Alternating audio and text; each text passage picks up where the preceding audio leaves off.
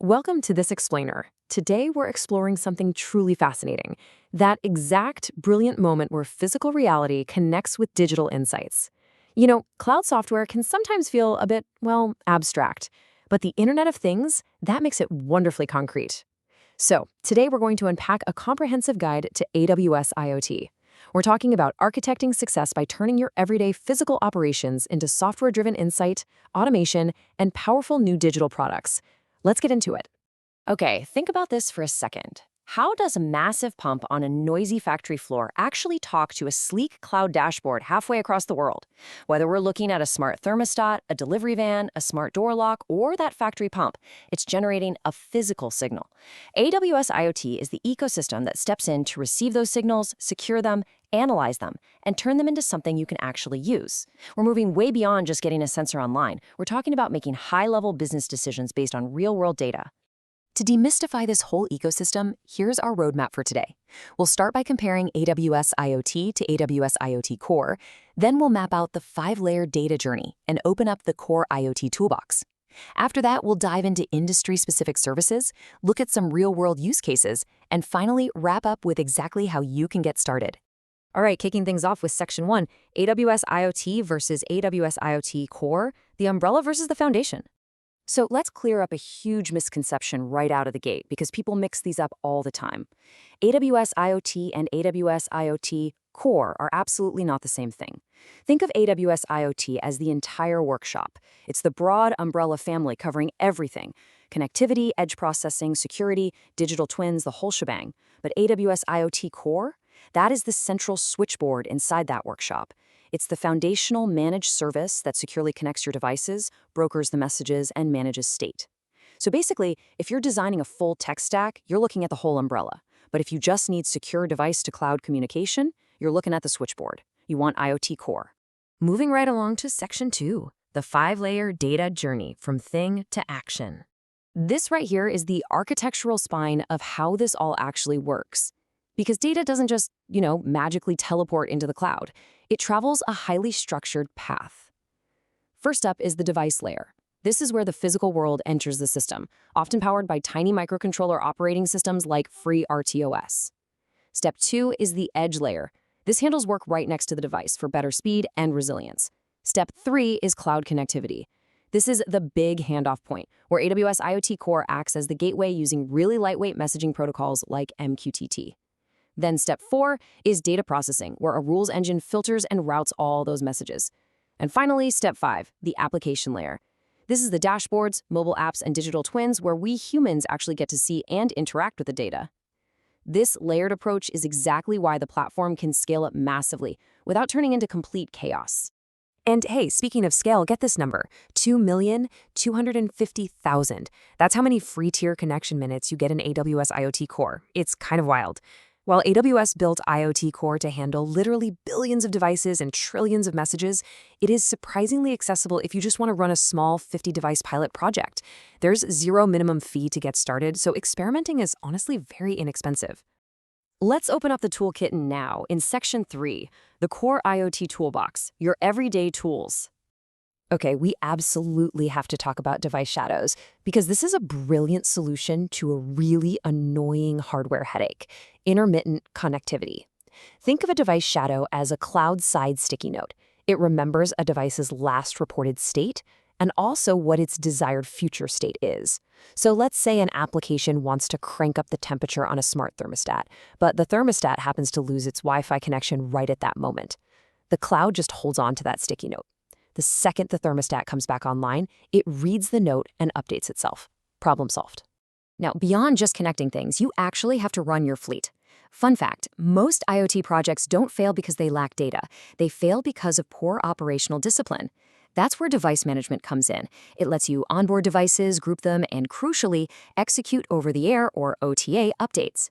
Meanwhile, you've got Device Defender acting like a security guard for your entire setup. It constantly audits your configurations and monitors for any weird, anomalous behavior. It basically helps you run a massive fleet like a pro, instead of just managing a chaotic pile of one-off gadgets. And then there's AWS IoT Greengrass. This is so cool because it essentially brings the cloud right down to the edge. It allows your devices to run local logic, native processes, and even machine learning inference right there on the machine itself. So, why does that matter? Well, it keeps your critical operations running even if the internet goes down. Plus, it drastically reduces latency and cuts down your cloud traffic bandwidth because the device is making smart decisions right there on the factory floor instead of waiting for a round-trip signal to the cloud. Now let's look at the heavy machinery in Section 4, Industry-Specific IoT Services, Specialized Tools. Once you've got your foundation set, you might find you need some specialized tools for specific jobs. For instance, AWS IoT Sitewise is built specifically for industrial telemetry at a massive scale. It organizes equipment data to compute key metrics like overall equipment effectiveness. And then AWS IoT TwinMaker takes all that data and builds out an operational digital twin. We're talking immersive 3D scenes and dashboards where you can literally visualize what is happening inside your facility in real time. It's a real game changer. Now, if you're architecting a solution today, it's super important to have an accurate picture of the platform's current lifecycle. Just as a heads up, AWS IoT events will reach the end of support in May 2026. Also, AWS IoT Fleetwise, which is used for vehicle data, is no longer open to new customers.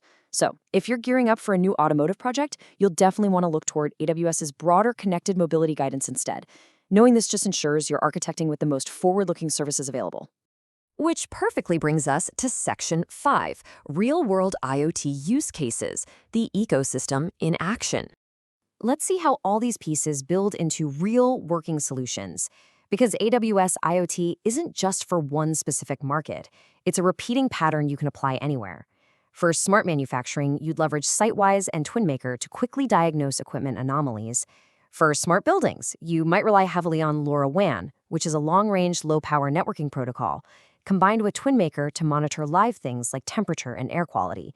And for asset tracking, you can pair AWS IoT Core for LoRaWAN with Core device location to actually estimate where an asset is using Wi-Fi, cellular, and IP measurements. That means you can track things without even needing traditional, power-hungry GPS hardware. It is incredibly flexible. And that brings us to our final section, Section 6, How to Get Started, a Practical Roadmap. So, before you start building, you need to know if it's actually the right fit. When should you make the jump to AWS IoT? Basically, you move to it when your devices are becoming part of a real core operating model, not just a weekend lab experiment. If you need to securely connect a huge fleet from day one, if you know for sure you'll need remote OTA updates down the line, if you want to build digital twins, or if your company is already heavily invested in AWS analytics integrations, then this is exactly the ecosystem you should be using. If you're ready to jump in, AWS recommends 5 highly practical steps to get started. Step 1, define the business goal. Please don't start with the hardware. Start with the outcome you want, like reducing machine downtime. Step 2, choose the right connectivity model for your project, like MQTT or LoRaWAN, depending on your power budget. Step 3, set up your security and device identity using standard digital certificates like X509 or AWS's SIG v4. You have to establish trust before you send a single message. Step 4, connect those devices to IoT Core and watch the messages flow. And finally, Step 5, build out the data pipelines and applications to give all that raw data actual, tangible business meaning. And remember, you absolutely do not have to build all of this from scratch alone. Partners like SAM Solutions can support your initiative across the entire spectrum. They provide custom IoT development, all the way from embedded hardware programming and firmware in C, C++, or Python, right up to integrating those complex back-end cloud analytics pipelines inside AWS. Ultimately, successful IoT programs are rarely about just a single sensor. They're about the entire chain. Establishing trustworthy identities, setting up reliable messaging, running useful analytics, and ultimately helping people act faster and smarter. AWS addresses that full chain beautifully. So I'll leave you with this thought to consider for your own operations. Is your next big business decision just waiting on a signal from the physical world? Because if it is, you now have the exact blueprint to capture it. Thanks so much for joining me for this explainer, and keep learning.